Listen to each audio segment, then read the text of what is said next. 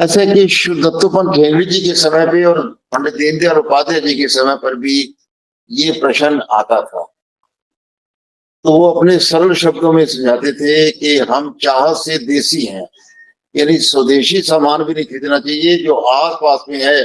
जिसको आज प्रधानमंत्री जी ने वोकल फॉर लोकल कहा है, तो सबसे पहला वही अच्छा है।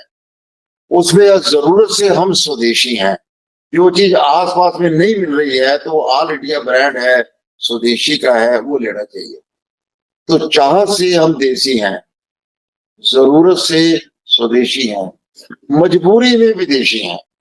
जो चीज उपलब्ध नहीं हो रही तो विदेशी लेने में भी कोई गुरेज नहीं है, क्योंकि काम तो चलाना पड़ेगा।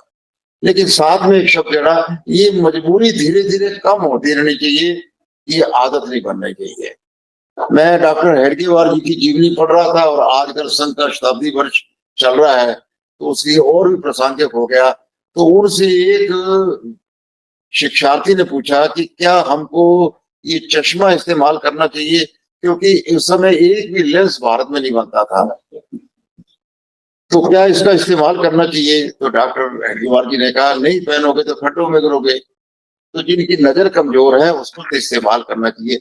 उसी वाक्य में उन्होंने साथ में कहा, ये जो नीले पीले चश्मे पहनते हैं शौकिया के लिए, ये हमको इस्तेमाल नहीं करने चाहिए, उससे गुरेज करना चाहिए। तो जो चीज नहीं है उसके लिए आवश्यक है। उस समय जो ये चीनी है, ये चीनी की मिल भी भारत में नहीं होती थी। तो मलेशिया से अंग्रेज लोग बना करके चीनी लाते थे। तो तब लोग कहते थे कि चीनी का इस्तेमाल ना करो, तो बोले कि देसी खांड भी बननी शुरू हुई है। और एक गजब की बात है कि केली रोड पर नागपुर के अंदर एक दुकान थी जिसने ये पहली बार भारतीय शक्कर यानी व्हाइट शक्कर को इस्तेमाल करना शुरू किया। थोड़ा पीला रंग होता। तो डॉक्टर हेडगेवार जी खाली समय में उस दुकान पर बैठते थे प्रचार करने के लिए कि चीनी लोग ना लें और ये करें। तो इस प्रकार के जो विकल्प हैं, जो चीजें हैं, उनके लिए प्रचार प्रसार भी आवश्यक है। और जो चीजें हमारे पास उपलब्ध है वो इस्तेमाल करें।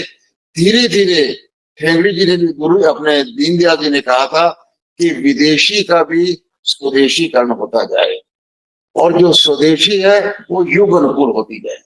तो ये एक एक स्टेप आगे चलने की बात है।